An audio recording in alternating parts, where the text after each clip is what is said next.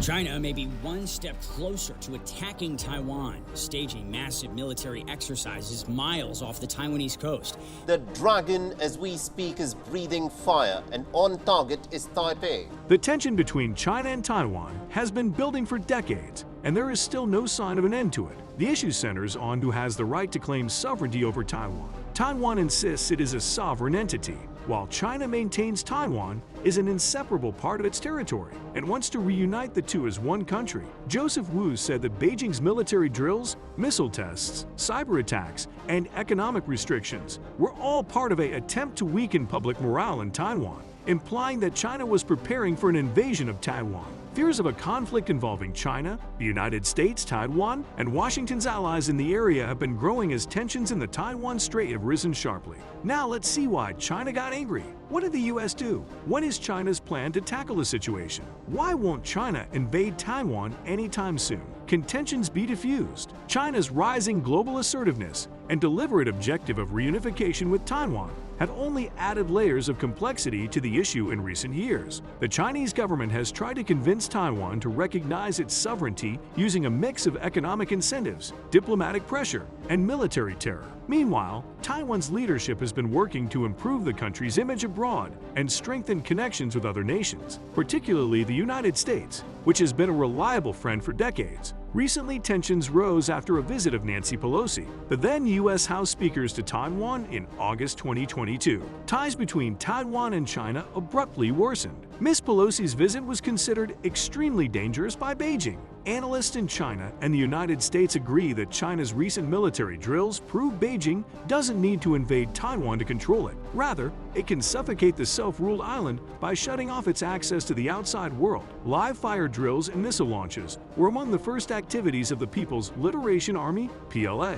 exercises, which started on Thursday and were centered on 6 zones that virtually surrounded Taiwan. PLA National Defense University professor Meng Shang-Ching said the 6 locations were picked to demonstrate how China might isolate Taiwan by cutting off its ports, attacking its most significant military sites, and blocking access for any foreign troops that may come to Taiwan's rescue. Meng told state-run network CCTV that the 6 regions should be connected in a line like a noose, with the nooses not located in the southwest. Although the Communist Party of China has never had formal authority over Taiwan, it nevertheless considers the island to be part of China. A central tenet of Chinese policy is the unification of Taiwan with the mainland, and President Xi Jinping has not ruled out the use of force to subjugate the island to Beijing. According to Meng, the northern drill zones effectively cut off access to Okinawa, where the United States and Japan have a sizable military presence. For the citizens of Taiwan, the only way to enter and exit the South China Sea,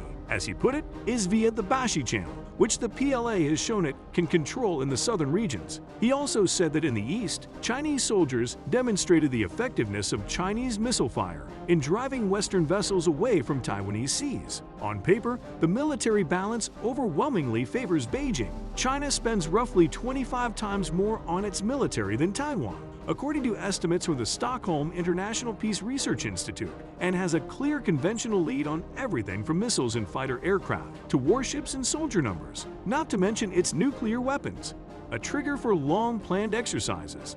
The drills began after U.S. House Speaker Nancy Pelosi infuriated Beijing by showing support for democracy in Taiwan by visiting the island. As many as 80 Chinese warplanes and warships were spotted in the Taiwan Strait on Sunday, according to Taiwan's defense ministry, as Beijing inundated the waters and skies surrounding Taiwan with ships and jets. The People's Liberation Army (PLA) has recently launched ballistic missiles, some of which flew over Taiwan and landed in the ocean to the east of the island, and rockets towards nearby Taiwan-controlled islands. 5 of them crashed in Japan's exclusive economic zone, sending a message to one of Taiwan's main backers and the Taipei administration. John Culver, a retired CIA analyst and veteran East Asia intelligence officer, said it was equally crucial to observe what the PLA had not done during its exercises. These include crossing in Taiwan's territorial or adjoining waters, flying planes over the island, or activating Coast Guard or marine militias, which would be key for an actual blockade.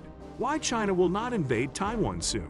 China is not likely to attack Taiwan for fundamental reasons. She has been paying close attention as Russian President Vladimir Putin has given a clear display of the unpredictability, expense, and humiliation that may result from an ill-conceived conflict. Given China's complete lack of combat experience over the past 44 years, and considering that Taiwan is armed to the teeth with generations of sophisticated and powerful American weapons, she knows that the risks of Pyrrhic victory, or even of defeat, are real. Xi Jinping will likely choose his battles carefully as China emerges from the world's strictest lockdown and its worst economic contraction in decades. This time, at least, there's also the essential matter of electronics. About 90% of the world's most advanced computer chips are created in Taiwan.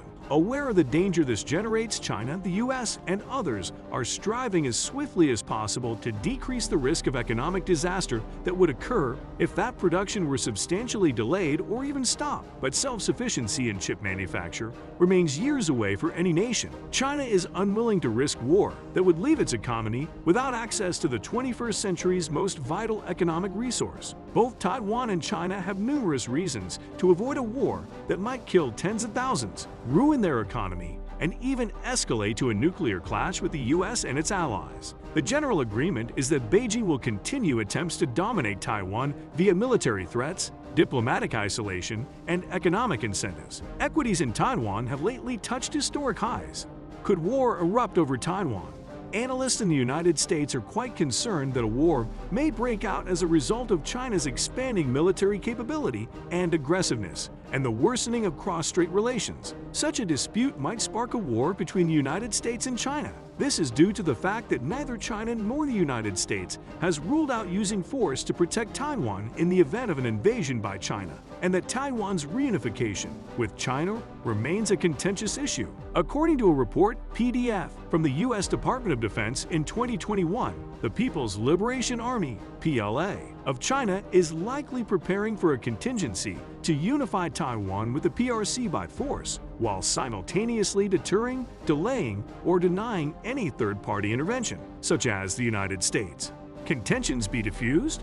According to Flournoy, it is quite apparent what the priority for U.S. policy should be. She said that deterrence is the name of the game here, and I agree with her sentiment. I believe that the most important thing for Beijing to realize is that if they go to war to seize Taiwan, they will be defeated. According to Kevin Rudd, the risks of a battle over Taiwan may even be greater than those of Russia's war on Ukraine, a general war that involves at least 3 or 4 countries, including the 3 countries with the largest economies in the world, which are the United States of America, China, and Japan. Second, the death toll among Taiwanese people is estimated to be in the tens of thousands, if not the hundreds of thousands. Thirdly, American and Chinese troops who have yet to be identified. And last but not least, the collapse of the international economy. The year 2023 seems to have a greater degree of unpredictability than it ever had before as China struggles with the breakdown of its zero-COVID policy. A world that is already racked by conflict could have to prepare itself for much greater upheaval. In conclusion, the conflict between China and Taiwan is a complicated and diverse subject that has no simple answers. It is founded in a deep-seated conflict over the sovereignty of Taiwan and has been compounded by the participation of other nations and the shifting dynamics of the global balance of power. As the situation continues to unfold, it is likely to be a source of stress and instability throughout the area and beyond. This was all about the ongoing conflict. Hope you liked this video. Make sure to hit that like and subscribe button. See you in the next one.